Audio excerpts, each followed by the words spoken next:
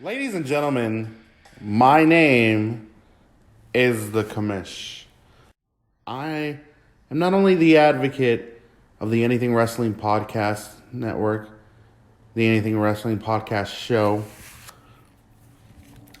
I am also one of its main podcasters. I am also the man behind, I would say, not only legal, but confidential representation of everyone in the Anything Wrestling Podcast Network in regards to Dan the Man and the Shant.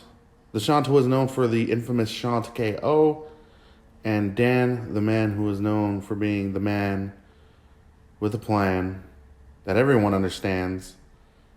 And if you can comprehend that his name is Dan. However, my clients of today are very busy with their busy schedules, so they've asked me to fill in on what will be a preview of a preview.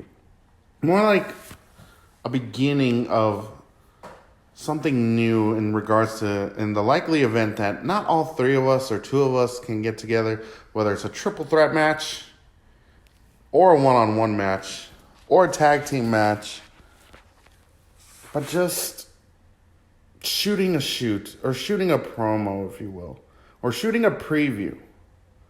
So let me just say that I'm here to offer up what will be today's recording of the preview of WWE's Extreme Rules 2019. And I will give a brief summary as well about this past weekend's All Elite Wrestling's Fight for the Fallen pre-selected match by the Shant and myself, and I believe maybe Dan the Man as well, in regards to one CIMA versus Kenny Omega. Now let's get into the rest of the show in regards to what we're going to be talking about. Undertaker and Roman Reigns versus Drew McIntyre and Shane McMahon was the beginning match opening for Extreme Rules 2019. Now, before we get into the match itself, let's talk about the history that all these men have with each other. There is obviously a big history with The Undertaker and Shane McMahon, who have been in this company for more than 10 years now.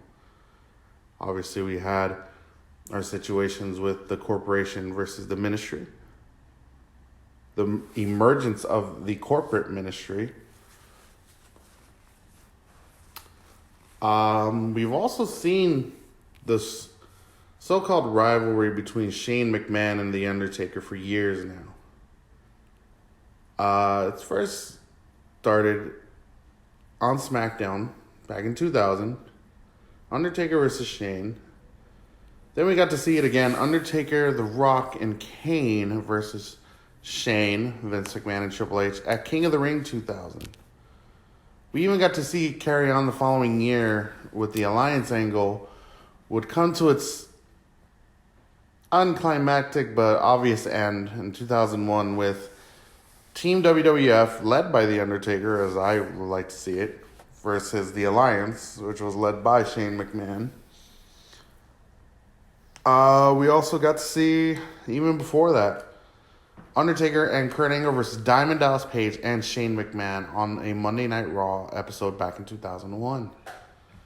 Heck, we even got to see Undertaker versus Shane McMahon at WrestleMania 32 in a Hell in a Cell match, putting The Undertaker at 23-1 at the time.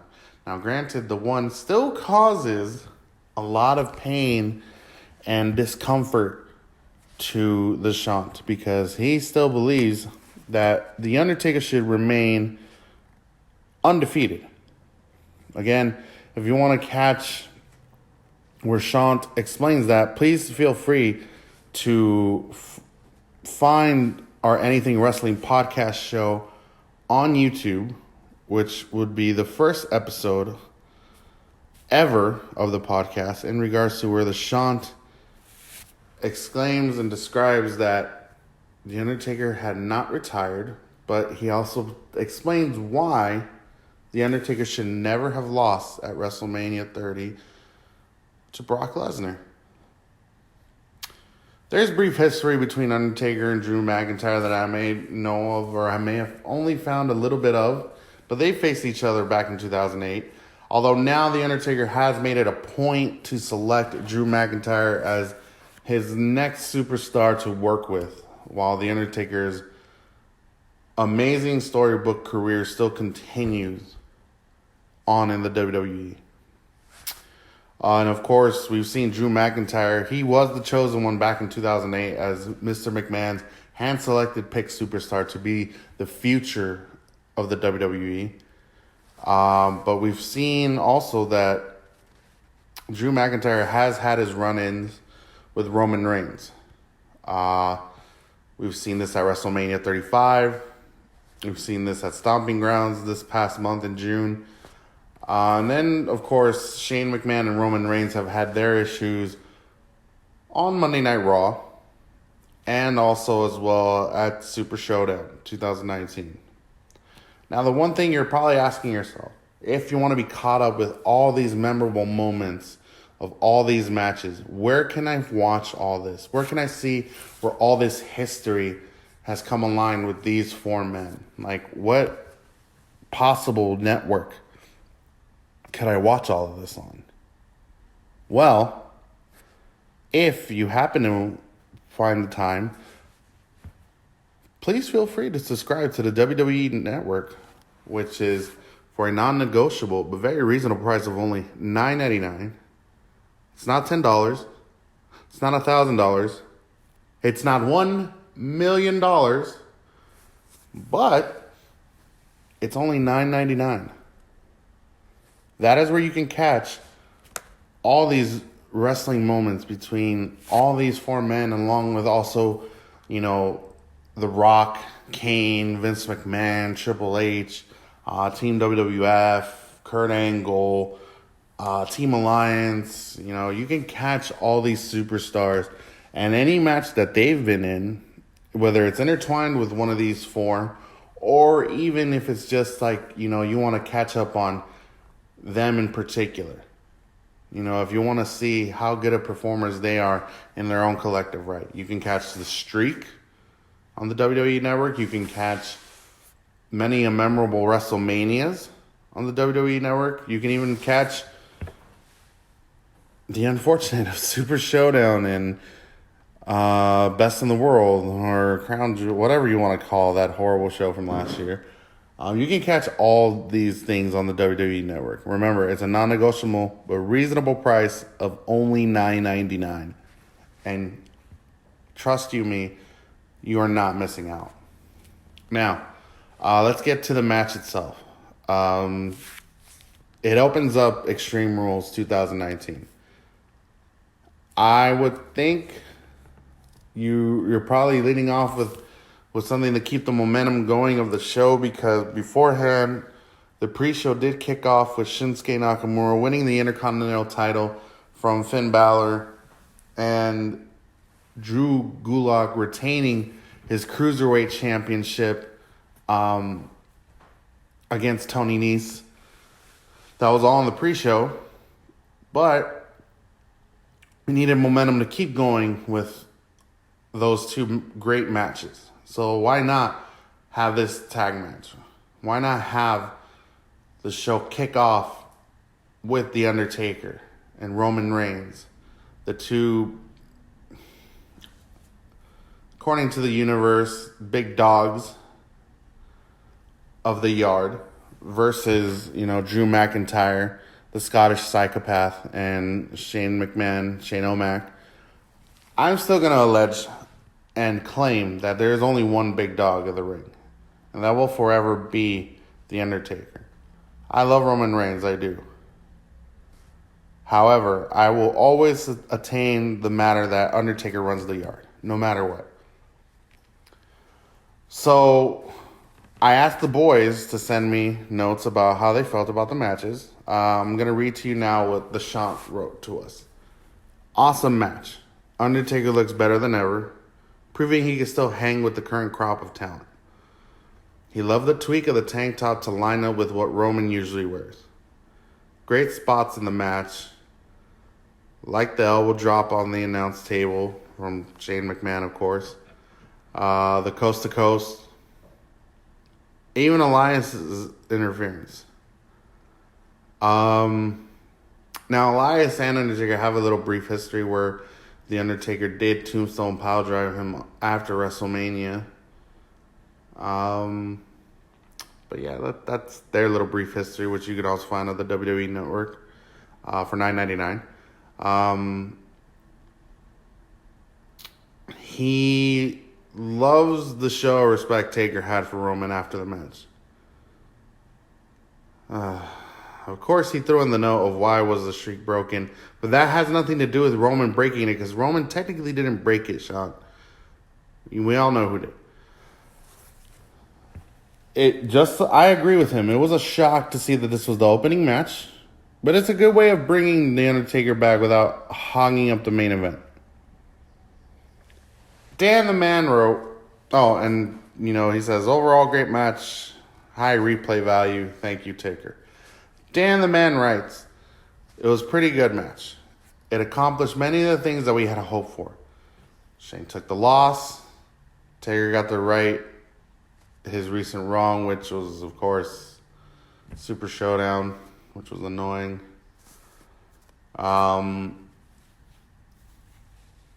Roman played the hero without being the one to make the fall, which I think is in true agreement. I can agree with that as well. Drew still looks like a badass. The match was fun, engaging, entertaining, built the excitement for a potential match between the two big men in the match. You know, if you watch when Drew McIntyre and The Undertaker are in the ring together, face to face, my God, Drew McIntyre is a monster. Like, the man is literally eye to eye with The Undertaker. The Undertaker's 6'10", or 6'11", I believe. But to see someone be like eye to eyes with The Undertaker, that's just intimidating. And I love that about Drew McIntyre personally. All in all, it was a solid match, as should be expected from these guys. But I agree with Dan. We need to let this Shane and Roman feud just die out already. It's overdue.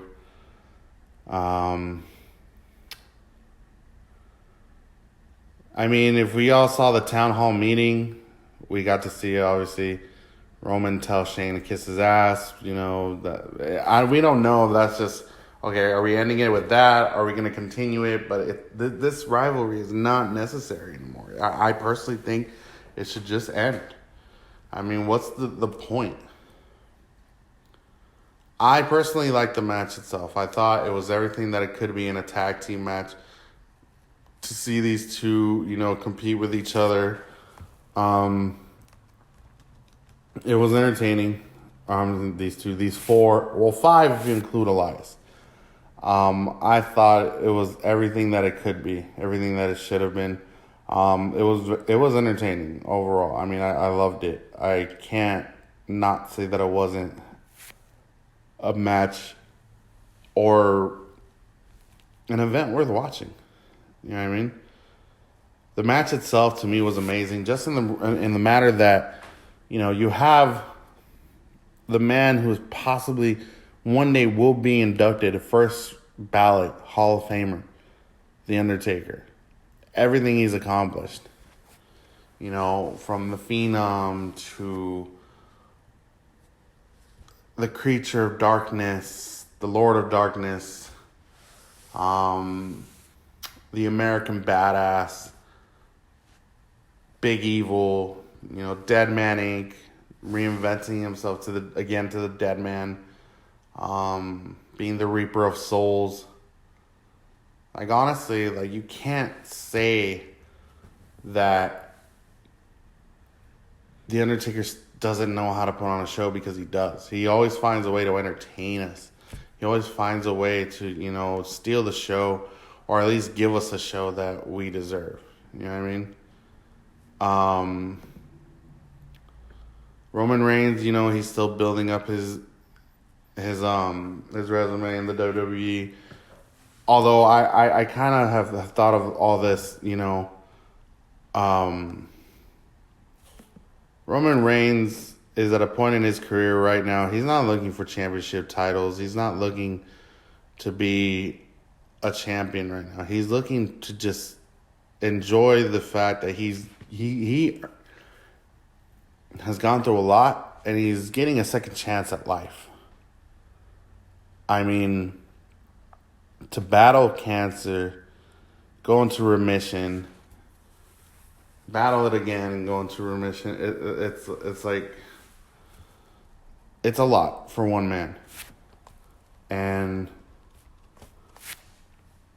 you have to respect someone who is technically still wanting to give it his all in regards to the thing he loves doing the most, which is, wrestling.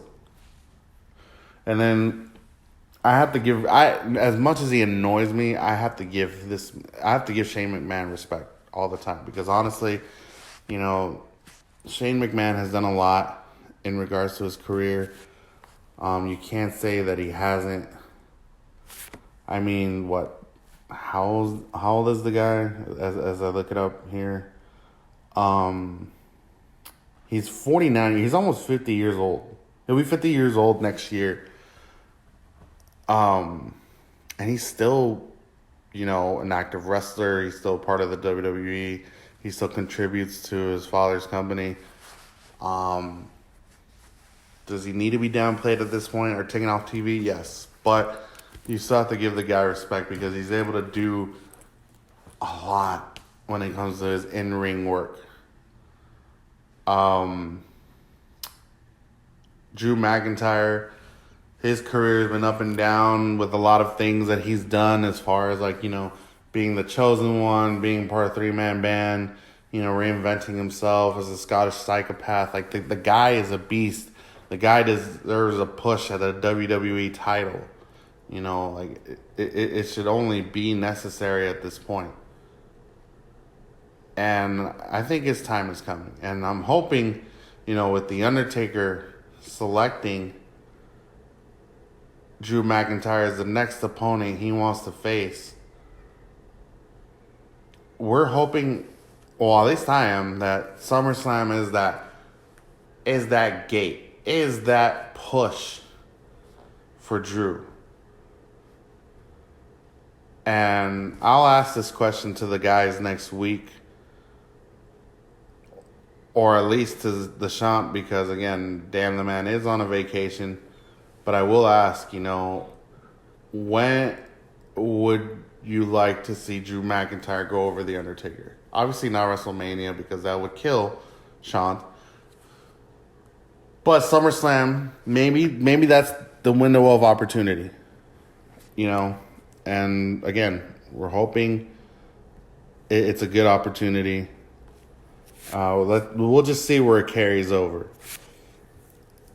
And doing this, I've come to realize that it's a little hard to root for your favorite wrestler sometimes, because sometimes they're booked to win, they're booked to lose in certain particular events or particular matches, and you're like, no, he should have gone over, no, he should have gone over, or he should have done the job and lay down, and all this.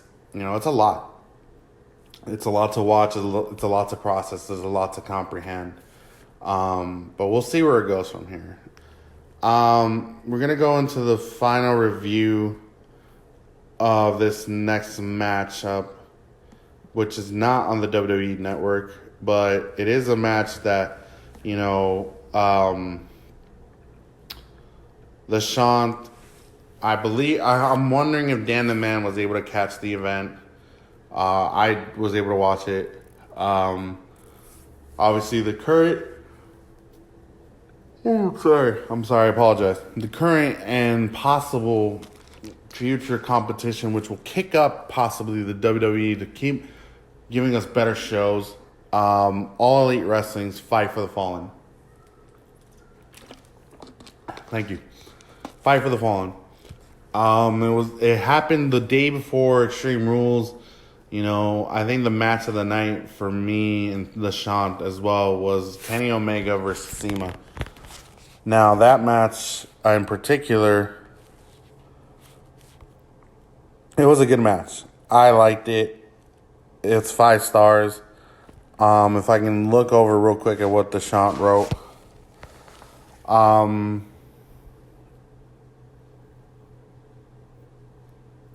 They brought the action. Very stiff match, hitting each other like it was no one's building. Kenny Omega was proving that he's going to be the pillar of the company, that he's going to be the man to beat in All Elite Wrestling.